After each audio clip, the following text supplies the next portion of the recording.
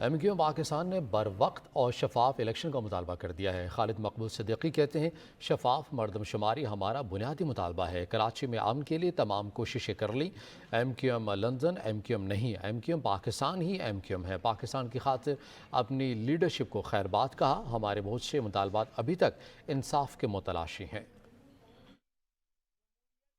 جو ہمارے بنیادی مطالبے جس میں مردم شماری بھی ہے اور مردم شماری کی بنیاد پر ہونے والی ووٹر لسٹ ڈیلیمیٹیشن اور ایک شفاف انتخابات کی ہماری خواہش، ہمارا مطالبہ، اور جسے ہم سمجھتے ہیں کہ جس کے ذریعے ایک ایسی جمہوریت، ایک ایسا الیکشن جو سب کے لیے قابل قبول ہے۔ ایم کیو ایم لندن جو کہ ایم کیو ایم نہیں ہے،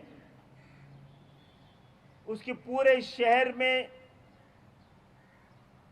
جو ایک ریلی اور میرے خیال ہے درجن بھر لوگوں کے ذریعے شہر کو یرغمال بنانے کی ایک تاثر کو جس طرح پیدا کیا جا رہا ہے، اس کے پیچھے ہمیں سازش نظر آتی ہے۔